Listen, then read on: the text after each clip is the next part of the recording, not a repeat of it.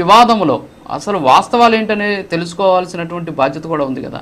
So ఆమె కావాలని trap చేశారా, లేకపోతే దీని వెనక ఏదైనా ఉందా అనేది ఇప్పుడు ఒకరి మీద ఎవరో వచ్చేసి విమర్శలు చేసేసారు. లేకపోతే ఇదిగో వాళ్ళిద్దరూ ప్రైవేట్కి సంబంధించి ఇద్దరు అంగీకారంతో జరిగినటువంటి ఒక కార్యక్రమం. సో సుప్రీంకోర్టులే దీని మీద అనేక రకాలైన జడ్జిమెంట్లు ఉన్నాయి. సో ఇప్పుడు ఒక్కసారి ఆమె గతంలో ఏం మాట్లాడారో ఒక్కసారి ఆ ఒక్క వాయిస్ విని తర్వాత మీరు రియాక్ట్ అవుతారు. ప్లీజ్ సార్ ఒకసారి ఆడియో ప్లే చేయండి.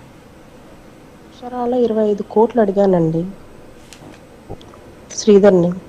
నేను నీకు ఉంపుడుగత్తగా ఉండలేనయ్యా. ఈ 1.5 సంవత్సరం నువ్వు నా దగ్గర ఆడిన అబద్ధాలకి, నాకు చేసిన మోసాలకి నమ్మించి నువ్వు నన్ను వాడుకున్నావు చూడు. 5 సార్లు కడుపు వచ్చిపోయింది చూడు.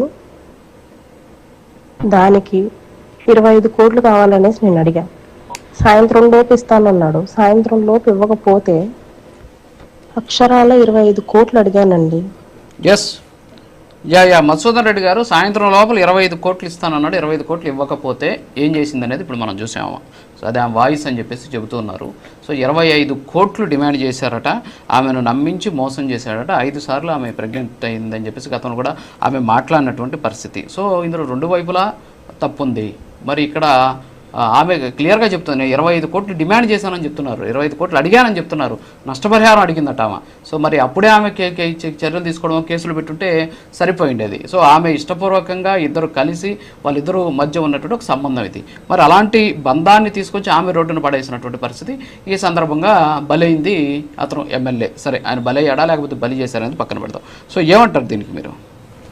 సార్ ఇప్పుడు అరవ శ్రీధర్ అనేటువంటి ఎమ్మెల్యేకి హర్షవీణకి మధ్య ఉన్నటువంటి అక్రమ సంబంధం అందరికి ప్రపంచానికంతా తెలుసు సార్.